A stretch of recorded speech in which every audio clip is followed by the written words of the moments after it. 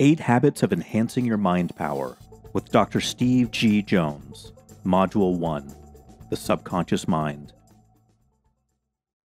Welcome to the program that's going to teach you about something very powerful, something very important, habits of enhancing your mind power. And I'm going to share 8 of them with you. 8 habits of enhancing your mind power, and let's jump right in. This is Module 1, as you know, and it's about the subconscious mind. Probably my favorite topic in the entire world, the subconscious mind, because that's where you can get access to your true power. And as a hypnotherapist, I'm always interested in ways of helping people enhance their lives by learning more about the power of their subconscious minds and by harnessing that power. So first of all, what is the subconscious mind? Well, according to psychologist Pierre Janet, the subconscious mind is a powerful awareness that lies under layers of critical thought functions. So it's not a person's current focal awareness, and there is a limit to what can be stored in an individual's conscious focal awareness. So the brain stores that knowledge and previous experiences in the subconscious mind.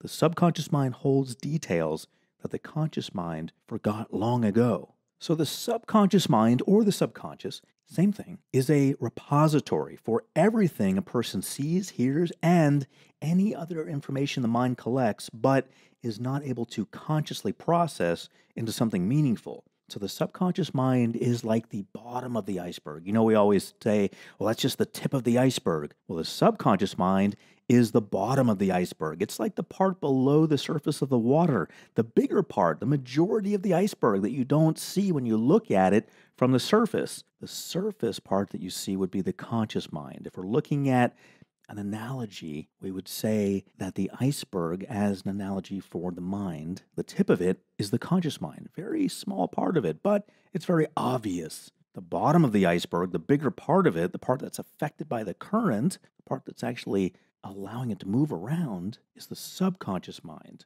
Now, there are 4 classic ways to retrieve information from the subconscious mind. First, autosuggestion. Now, autosuggestion is the practice of giving your subconscious mind information to help you develop specific beliefs. And this includes speaking and writing affirmations and using hypnosis to suggest thoughts and beliefs. However, the primary reason autosuggestion fails for people who practice it is a lack of emotion. And in order for the suggestion to override previous programming, it must be strong. When I say strong, I mean very direct and full of emotion. So use your conscious mind to decide what your goals are, and then choose emotionally powerful affirmations.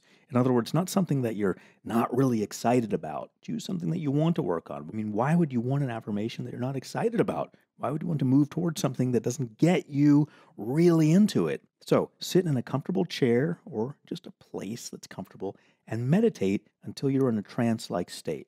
If you listened to my programs before, you understand how to meditate, or perhaps you have your own way to meditate. And from that trance-like state, you can repeat your affirmations several times. Now, don't do this now. Do this some other time when you have time available and you're not listening to a program. I want you to take this information and use it later when you have time and you're not paying careful attention, because that's what you should be doing right now, paying careful attention to what I'm saying. And over time, your subconscious mind will absorb the affirmations as truth, and it's going to work to make your reality match your belief. You see, the subconscious mind and the conscious mind don't want to have a disconnect. So if you hold something as true, if your conscious mind is saying it's true, it's true, it's true, your subconscious mind is going to find a way to make it true. Keep saying, I'm rich, I'm rich, I'm rich. Your subconscious mind is going to find a way to make you rich because it doesn't want that disconnect. Now, this step is what many consider an important part of manifesting. However, it often takes time to overcome limiting beliefs and negative thoughts and the years of self-doubt. So don't expect things to just change overnight. You've got to keep working on it.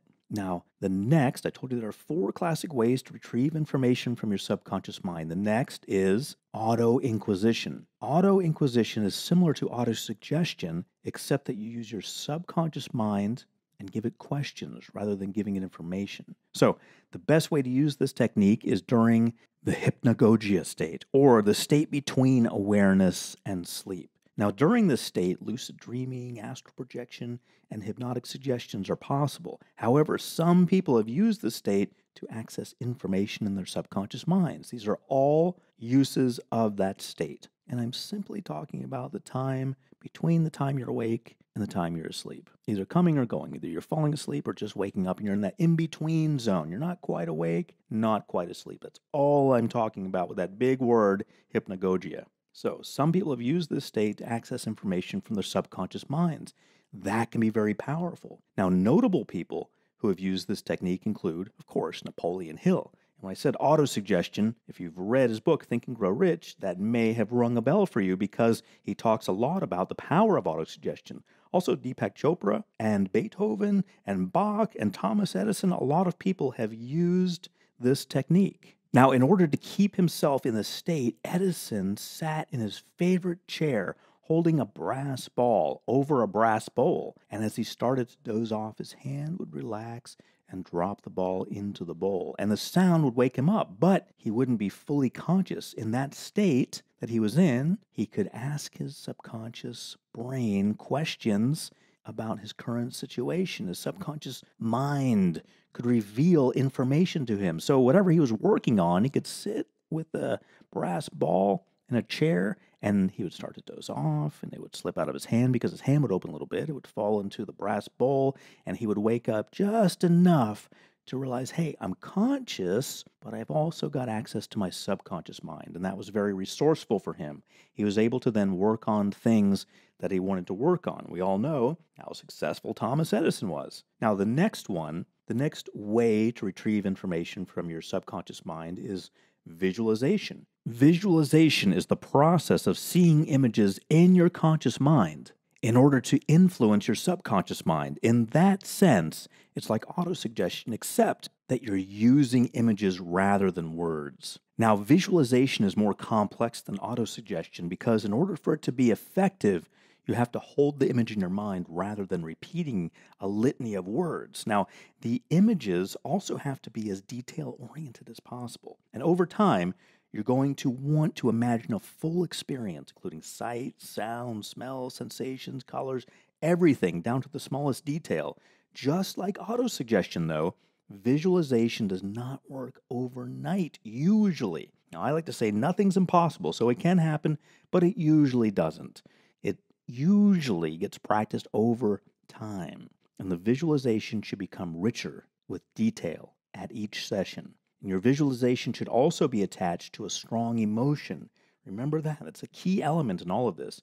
Now, if you have difficulty with visualization, start small and work your way up. First start with shapes, then add letters, then words, then colors, and finally moving into a full synthetic experience. So I'm going to go ahead and walk you through a visualization so you can get the gist of this. Now, if you are doing anything such as operating a motor vehicle or running, biking, anything like that, listen to this later. This is not something you want to listen to now because it can cause you to get very relaxed. Only continue with this module right now if you're sitting or lying down in a comfortable position where you're stable. In other words, if you were to lean to the left or the right, you wouldn't fall out of anything. And you're not doing anything. You're just sitting or lying down with nothing else to do.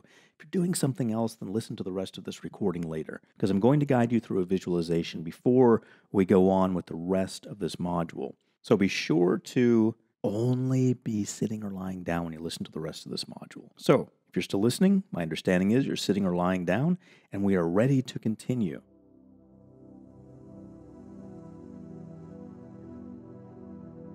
So I'd like you to just close your eyes and relax. And just focus on something that you want to focus on. It doesn't have to be anything. It doesn't even have to be goal-oriented. I just want you to get used to visualizing. And I want you to imagine something. Now, some people have difficulty seeing images in their mind, and that's okay. Because if you're one of those people, then perhaps you can hear them, or even taste something related to them, or smell something related to them. However you relate to your universe, I want you to use that right now. Or perhaps you can hear the sounds, or perhaps it's just a feeling, a physical sensation, or an emotional feeling about what it is that you want to visualize. So when I say visualize, realize that you can use any of your senses or a combination of your senses. Some people get really caught up when they hear visualization. They think, oh my goodness, I'm not seeing a picture and I'm not doing it right. And that's not correct. What is correct is the way you're doing it right now. That's fine for you, so just let it get clearer now. It's going to be a short exercise. I just want you to get used to this. Just prime the pump. If it's been a while since you visualized, then use this time to get reintroduced to it. If you do it regularly, use this opportunity to take it up a notch. Make it clearer, brighter, more crisp. Make the sounds, the smells, the tastes, whatever it is associated with it, make all that more clear in your mind. Really enhance it right now. If you're seeing something, make the colors crisp and sharp. If you're hearing something, make it louder. If it's a taste or a smell or a feeling on your body or an emotional feeling, enhance that right now.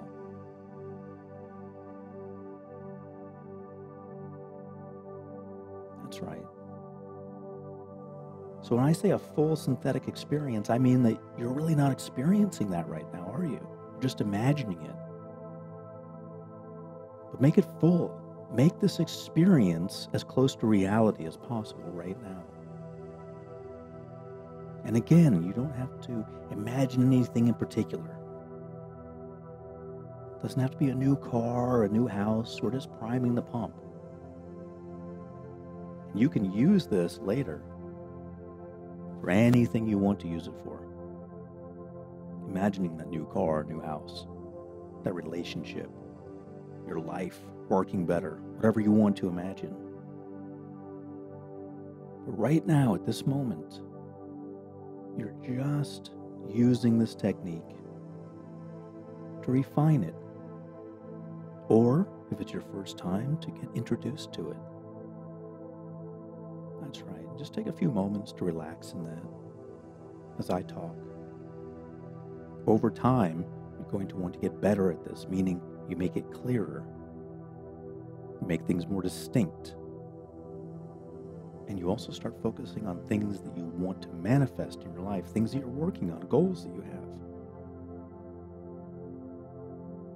All right, now let's end this brief session. At the count of 3, you'll come back to full awakening consciousness, remembering everything you've experienced in this visualization session. 1, coming up feeling very good. 2, beginning to move now, beginning to stir, becoming very aware of your surroundings, very aware of where you are.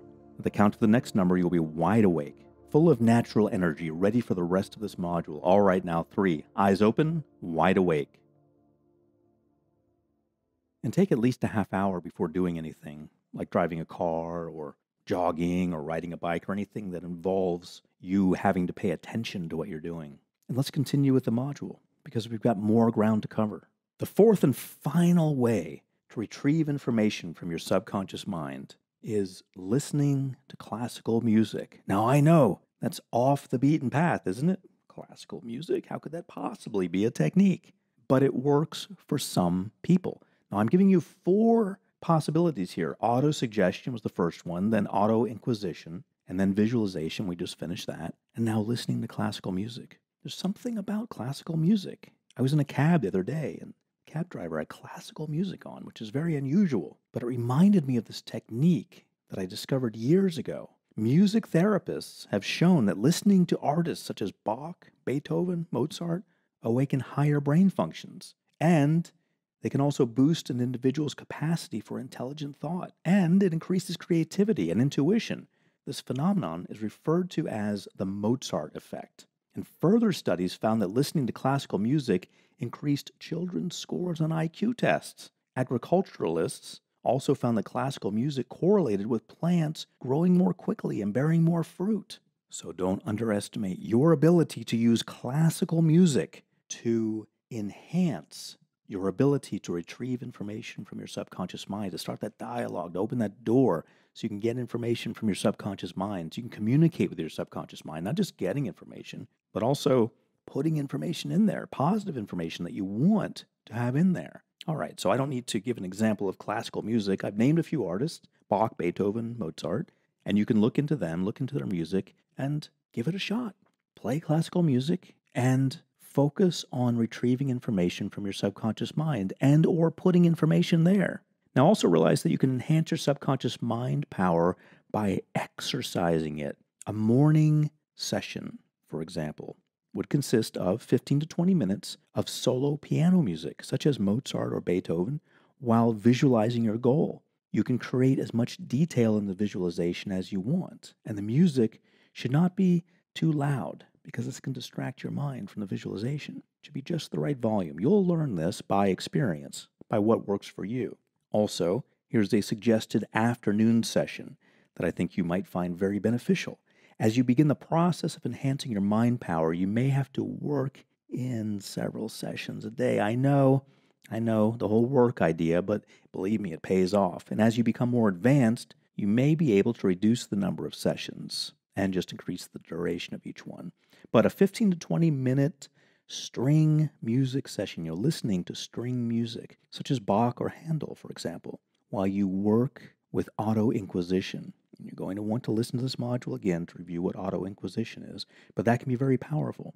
And with each auto-inquisition session, choose only one question that you want answered at a time. Working with too many questions can overload the subconscious mind, causing it to retreat and your conscious mind to come forward. That's not what you want during these sessions. Here's a suggested evening session. Write 2 to 3 affirmations that you want to work on and write them down or speak them out loud while looking in the mirror. And repeat those 2 to 3 affirmations several times to help commit them to memory. And fall asleep repeating those affirmations as you listen to soft classical music. And keep working with those affirmations until you fully believe them or until you have achieved your goal and you're ready to move on to the next set of affirmations. Speaking of moving on, the next module is the conscious mind. We've covered the subconscious mind. Next, we're going to address the conscious mind because so many programs like this overlook the conscious mind.